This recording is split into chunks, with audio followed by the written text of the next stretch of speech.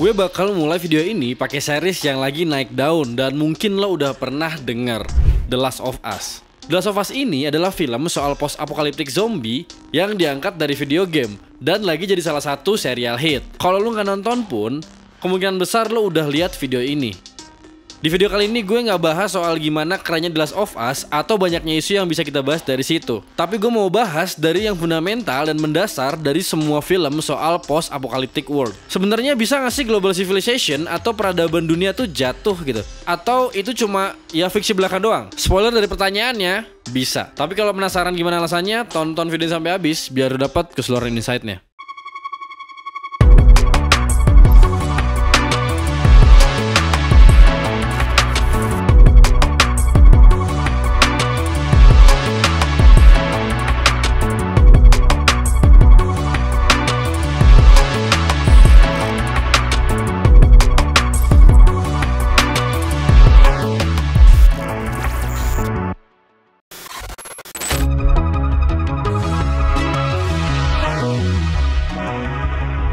Gue bakal kasih penjelasan dikit soal apa yang terjadi di The Last of Us. Jadi di tahun 2003 tuh ada global pandemic namanya Cordyceps Brain Infection atau CBI yang asalnya dari jamur.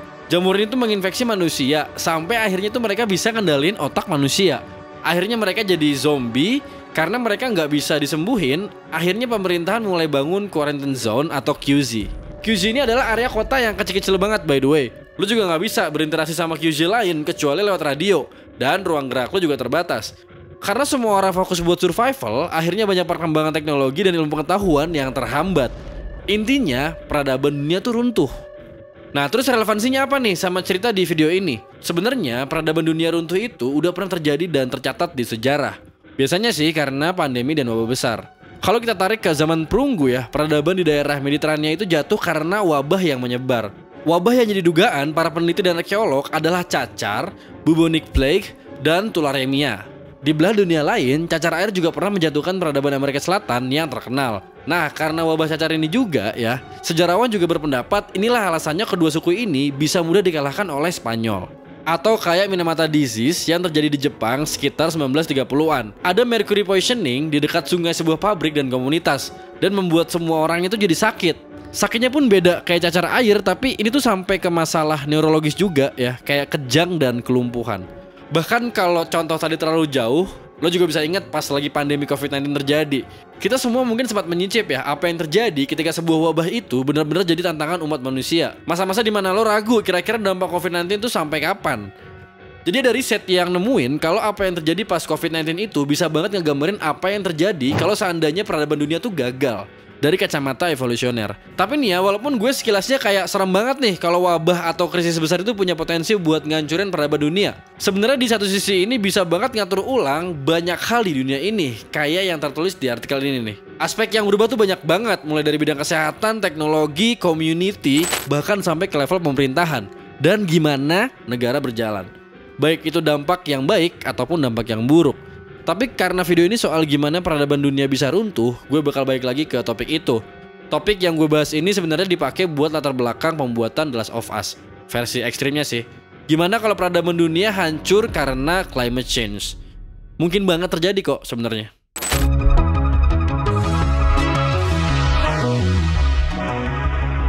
Sebelum gue bahas lebih lanjut, kenapa climate change bisa menghancurkan peradaban manusia, kita balik dulu ke pertanyaan besarnya ya. Kenapa sih peradaban itu sendiri bisa hancur? Kalau kita nilik dari Joseph Tainter, antropolog dari Amerika Serikat tuh di bukunya The Collapse of Complex Societies, ada beberapa alasan kenapa peradaban tuh bisa runtuh.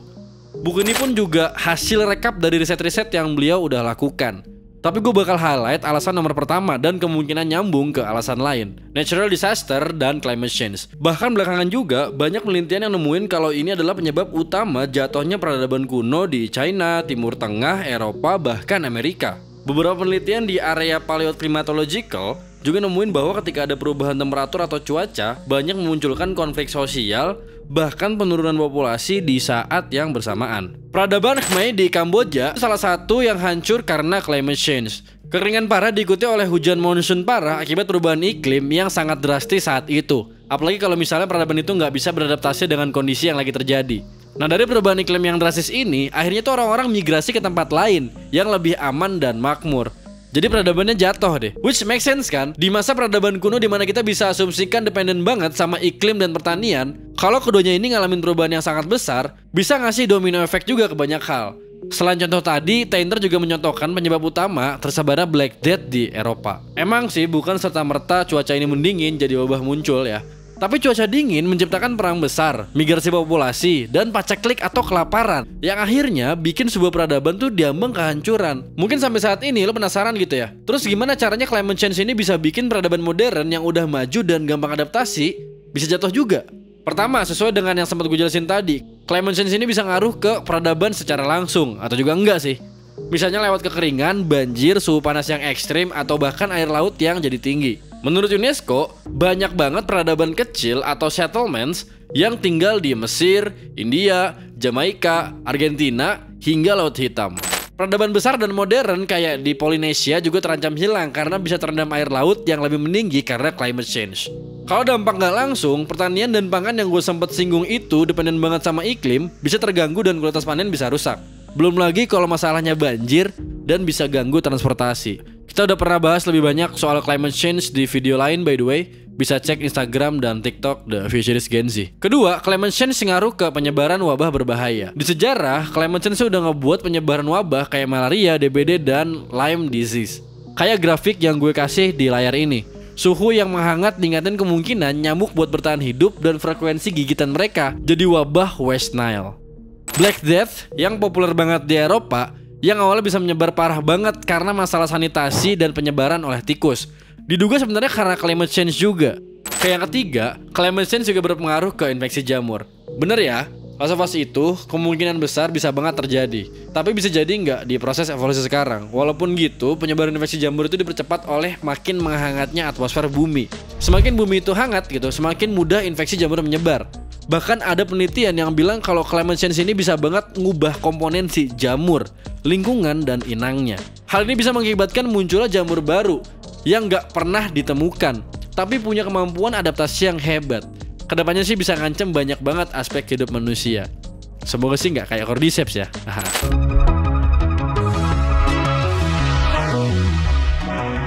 Kesimpulannya sih ya, peradaban dunia bisa jadi jatuh karena mereka gagal buat beradaptasi dengan segala isu yang terjadi. Biasanya berhubungan dengan alam kayak climate change.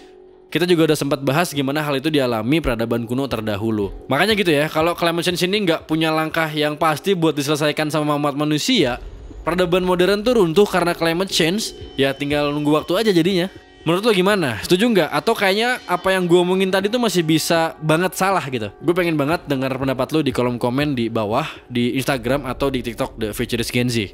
Kalau lo mau request topik, bisa juga lempar di kolom komentar ya. Nanti bakal gue coba masukin list dan bisa rilis videonya. Jangan lupa subscribe juga. Akhir kata, gue juga dari The Futurist Gen Z. Ayo, kita sama-sama berprogres untuk masa depan dan manusia yang lebih baik. Thanks.